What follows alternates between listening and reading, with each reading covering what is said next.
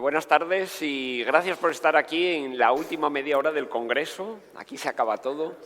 Como sabéis, yo no tengo casi ninguna relación con el trasplante. He dedicado casi toda mi vida a la enfermedad renal crónica, a la diálisis, especialmente a la diálisis peritoneal, pero he querido ser yo quien sea el moderador de esta sesión y lo hago por la importancia que tiene esta charla.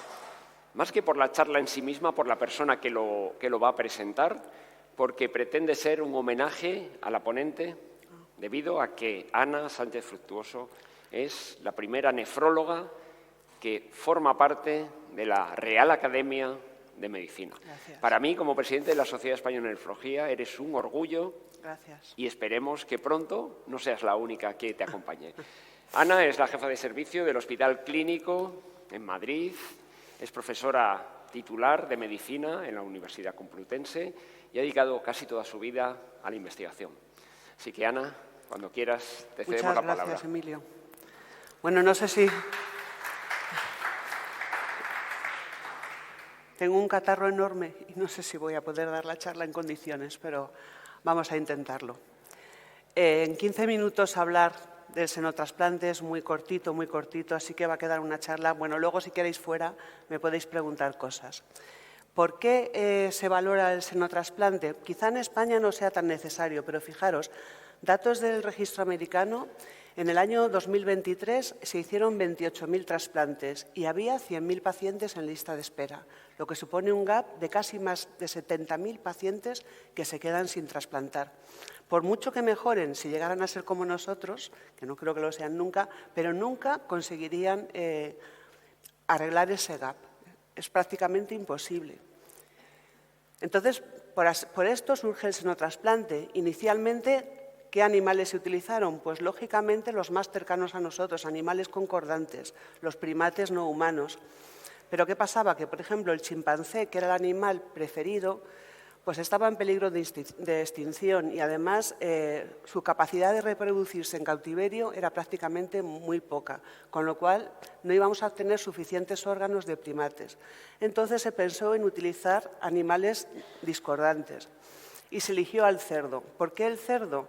Porque tiene un órgano de tamaño bastante semejante al del humano, con una fisiología también bastante parecida. Luego es un animal que tiene un ciclo reproductivo muy rápido, lo cual es una gran ventaja. Y al ser alimento que tomamos habitualmente, pues es mucho más aceptable para la opinión pública. Hay algunas diferencias y otras que probablemente las sepamos dentro de unos meses o unos años cuando realmente empiecen a darnos más datos. Pero es que, por ejemplo, los senotrasplantes que utilizan un órgano porcino producen una orina más diluida, primero por diferencias a nivel anatómico, porque el riñón del cerdo tiene menos nefronas en general, pero sobre todo de nefronas justamedulares, con lo cual los mecanismos de concentración de la orina le cuestan mal. Y además, por diferencias hormonales interespecies. La ADH porcina es mucho más potente que la humana y este riñón, una vez que lo trasplantemos, va a estar sometido a la acción de la vasopresina humana, con lo cual va a ser mucho más ineficaz y va a tener una diuresis mucho más, va a tener mucha más poliuria. También se ha dicho que es más frecuente que tengan hipofosfatemia e hipercalcemia. También anemia, probablemente debido a las diferencias de eritropoyetina entre las especies. Se desconoce muy poco sobre el metabolismo y la acción de algunas hormonas, como puede ser la insulina o las catecolaminas, e incluso el manejo del ácido úrico a nivel tubular. Y otro aspecto es que los injertos de cerdo crecen muchísimo. Y entonces, bueno, aunque esto no es tan grave para nosotros porque lo vamos a implantar a nivel del abdomen, pero, por ejemplo, en el caso de los trasplantes cardíacos, en la caja torácica no hay prácticamente espacio si el órgano crece. Y entonces lo que se suele hacer es inactivar el gen del receptor de la hormona de crecimiento o utilizar cerdos miniatura. ¿Cuáles son los retos más importantes en el senotrasplante? Pues, en primer lugar, el rechazo hiperagudo. Los primeros senotrasplantes que se hicieron, se perdieron en menos de horas por un rechazo hiperagudo intratable. Perdonad. Y, en segundo lugar, las infecciones víricas que nos puedan transmitir los cerdos. ¿Cómo se ha resuelto la incompatibilidad inmunológica? Pues fundamentalmente con técnicas, con los grandes avances que surgieron en genética y en biología molecular a principios de siglo y finales del siglo XX, utilizando fundamentalmente dos técnicas, la delección y la inserción de ADN recombinante. Con la delección lo que vamos a quitar son genes del cerdo que son senoantígenos muy potentes para el humano o para el primate y contra los que vamos a hacer anticuerpos. De ellos, quizá el más importante son los residuos de galactosa 1,3-galactosa, que se expresan en las glucoproteínas de las células y se producen gracias a una hormona que es la galactosil 1-fosfato-transferasa. Nosotros, con el desarrollo evolutivo, hemos perdido esa enzima y tenemos anticuerpos naturales frente a esos residuos de galactosa, con lo cual los órganos porcinos tienen que ser knockout concretamente para esta enzima. Luego, además, se suelen asociar otras inactivaciones. Por ejemplo, hay una transferasa que produce una especie de ácido siálico que nosotros tampoco tenemos o tenemos en muy poca cantidad y también frente a ello desarrollamos anticuerpos. Y también hay luego otra hidroxilasa que produce el ácido glicolil neuroamínico y nosotros lo que tenemos es el acetilneuramínico. Entonces, también vamos a desarrollar anticuerpos contra todos estos antígenos que son de superficie de las células porcinas que nos van a poner. Esto es el esquema terapéutico más frecuente en el riñón. En corazón puede ser otro e incluso dependiendo de las diferentes casas biotecnológicas, pueden utilizar unas delecciones o otras. Luego, además a eso, hay que hacer inserción de ADN, insertamos ADN humano dentro del genoma del cerdo para que se produzcan una serie de proteínas humanas que pueden ser muy necesarias para que el órgano tenga éxito. ¿Y qué genes se van a insertar? Pues mirad, por ejemplo, estos trasplantes son muy dados a la trombosis, con lo cual se están injertando genes del complemento humano, también genes tromborreguladores. En algunos casos, también genes limitadores de la inflamación o genes que afectan a la respuesta inmunitaria dirigida al senoinjerto. Hay muchas construcciones genéticas, depende mucho de cada empresa biotecnológica. Con todos estos procesos de delección y de inserción de ADN se han conseguido resultados muy exitosos en primates, por encima de un año de supervivencia y muchos de ellos más de 500 días de supervivencia, sin ningún caso de rechazo hiperagudo como ocurría en el siglo XX. Después de trasplantar a primates no humanos, el siguiente puente fueron sujetos en muerte encefálica. ¿Por qué? Porque no existe ningún modelo animal que realmente pueda replicar la bioquímica humana. Entonces, estos fueron unos ensayos clínicos que se hicieron en sujetos que estaban en muerte encefálica y que la familia era tan generosa que permitía que se les hiciera un senotrasplante. Han sido una plataforma experimental clave, pero claro, el tiempo de seguimiento por razones éticas es muy cortito porque no se puede mantener al sujeto muerto pues, muchos días haciéndole manipulaciones, ¿no? Estos son los casos que se han publicado. Como veis, el de más largo recorrido fueron 12 días.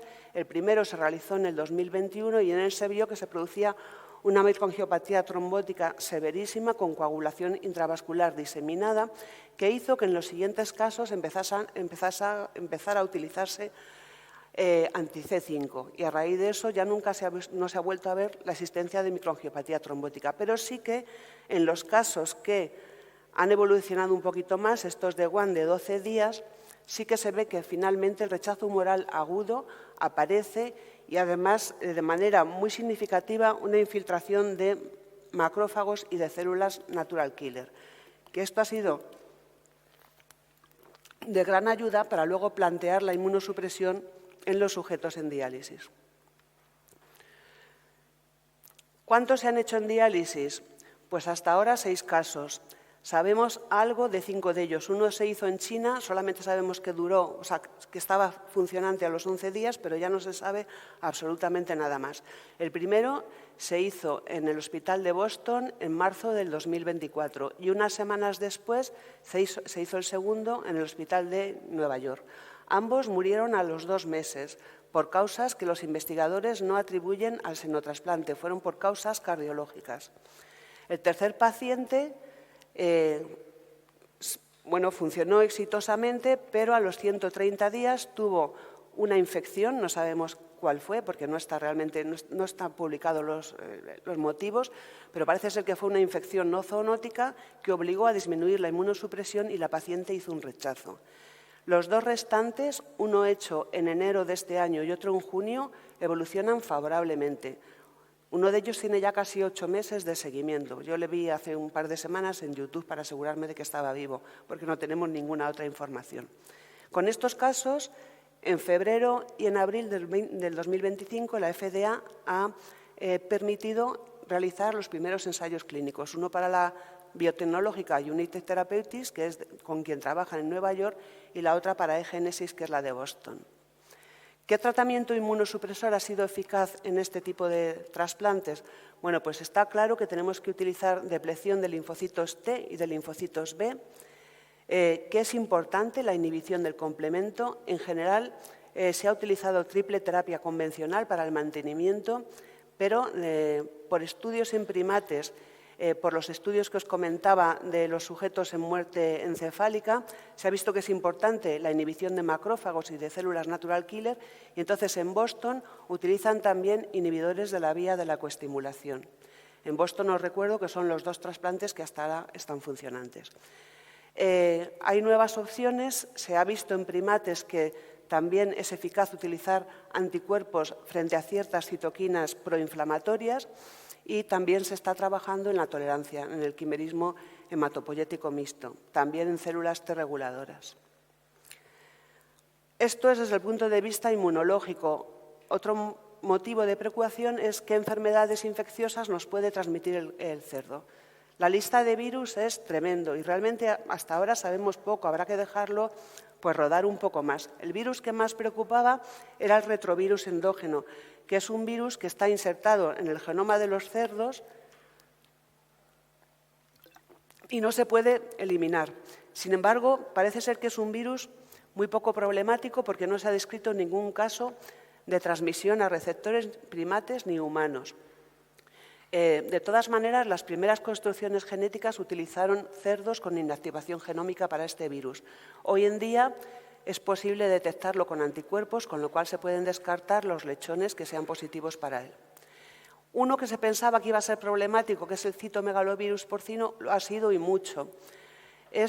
No se parece en nada al humano, se parece mucho más al virus del herpes 6 y además es resistente a los antivirales estándar que utilizamos como ganciclovir y valganciclovir. Parece ser que sí que tiene cierta eficacia el foscarnet. No está incrustado en el genoma y se le dio tan poca importancia que no se vio en el primer senotrasplante cardíaco, no se le dio importancia y se hizo un rechazo asociado a la infección por citomegalovirus que hizo perder el riñón. Entonces, bueno, se pueden testar anticuerpos y lo que hay que hacer es excluir los lechones seropositivos.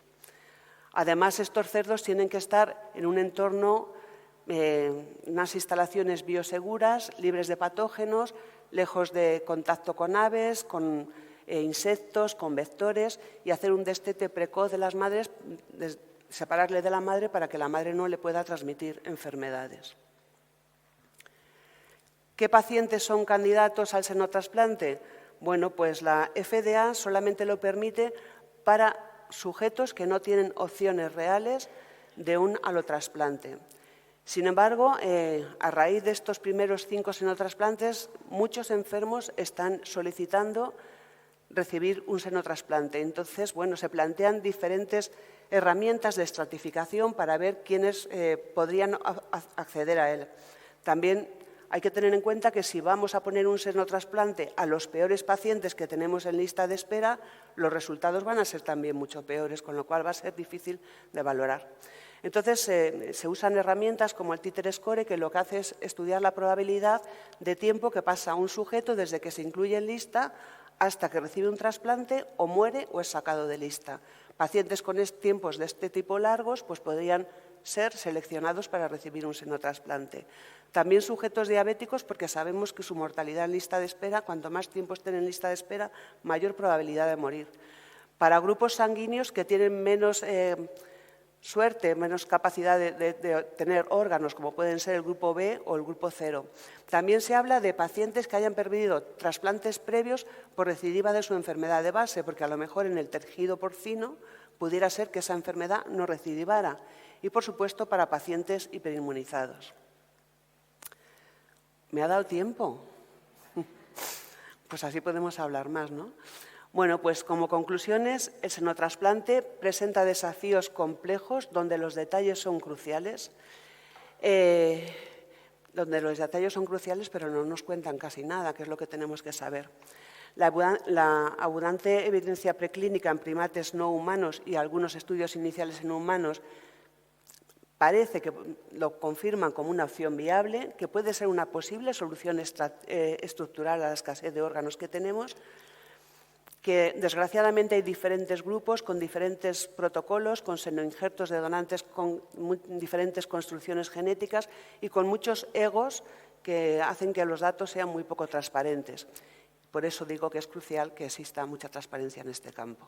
Y aquí os dejo con la foto de Towasna Liuli, que fue la que perdió el injerto a los 130 días, con las frases que decía, Tim Andres, que es el que lleva ya 8 meses con el senotrasplante funcionante, y el último que se le hizo en junio, Bill Stewart, pues también con frases que han dicho en las redes. Muchas gracias.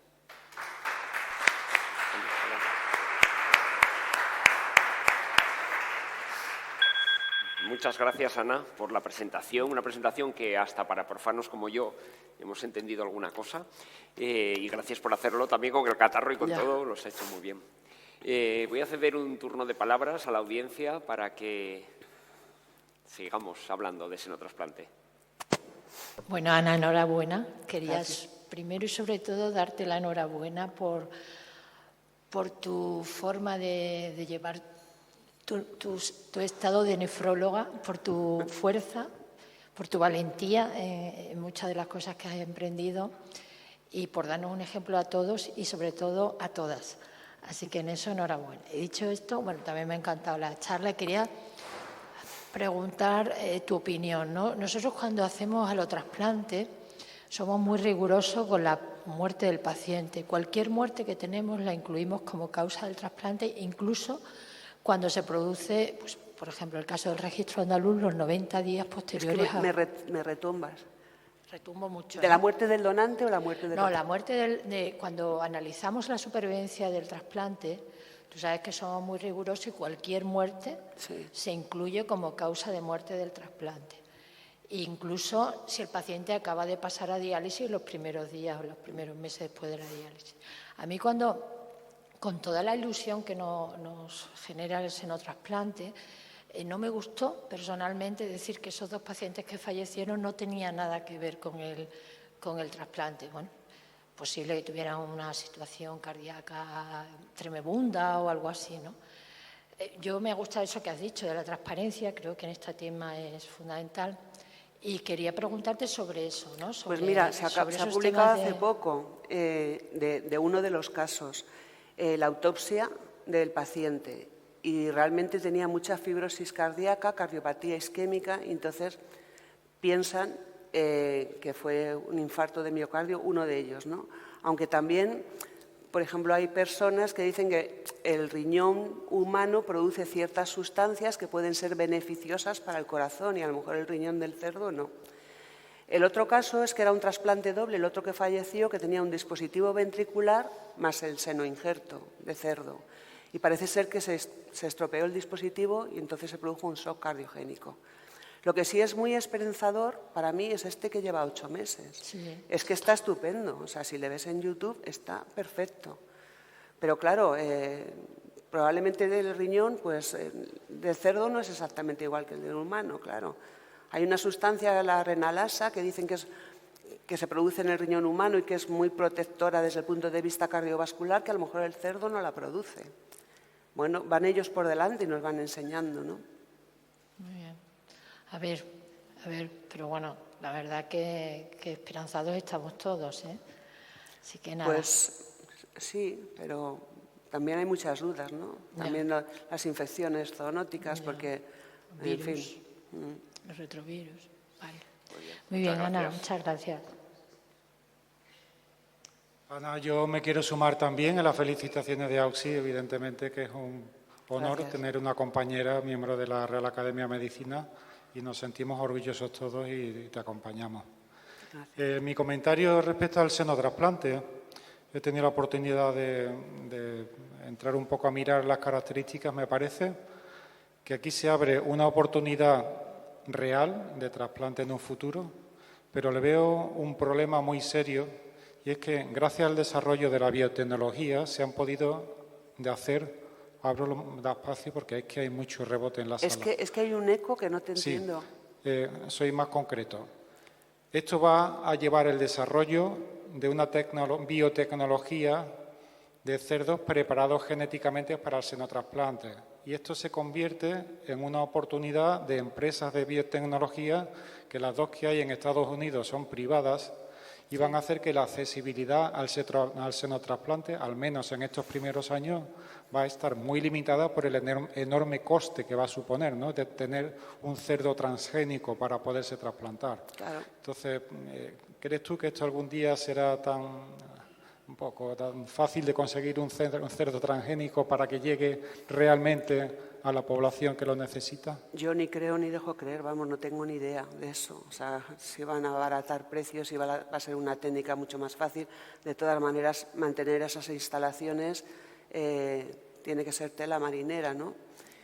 Y bueno, y luego también lo que tú hablas, diferentes empresas tecnológicas, diferentes constructos genéticos,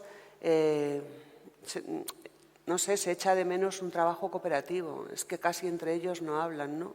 Entonces una utiliza, bueno, los genes que se cuentan, las delecciones las llevan las tres, pero luego las modificaciones que meten y tal son diferentes, ¿no? Se debería de intentar, pues yo creo que tendría que ser algo, pues los equipos de Nueva York y de Boston, que son los que más experiencia tienen conjuntamente, con una construcción uniforme y todos para adelante, pero bueno, es que hay unos egos tremendos. Y luego el coste, pues probablemente altísimo, claro. A esto, por supuesto, hay que añadir el coste de la inducción de la terapia, ¿no?, que son varios agentes contra C5, como bien has dicho, timoglobulina, rituximab, eculizumab, anti-CD38, en fin, no sé, esto va a ser todo muy bueno, caro. Se postula que si se utiliza, por ejemplo, lo de la vía de la coestimulación, a lo mejor no se necesita tanto tratamiento a largo plazo. También se ha utilizado trasplante de timo, pero no ha demostrado efectos beneficiosos especiales. También, por ejemplo, otra opción que se está empezando a hacer ahora es lo mismo que se hacían de elecciones de los genes que os he contado, de elecciones de los SLA, que son como el antígeno mayor de histocompatibilidad del cerdo. También hacer los knockout para eso. La verdad es que la ingeniería genética tiene muchísimas posibilidades. Muy bien, pues muchas gracias, enhorabuena. Pues muchísimas gracias a todos por estar aquí todavía. Enhorabuena, Gracias. Ana. Gracias. Y todos muy contentos. Muy bien, muchas gracias.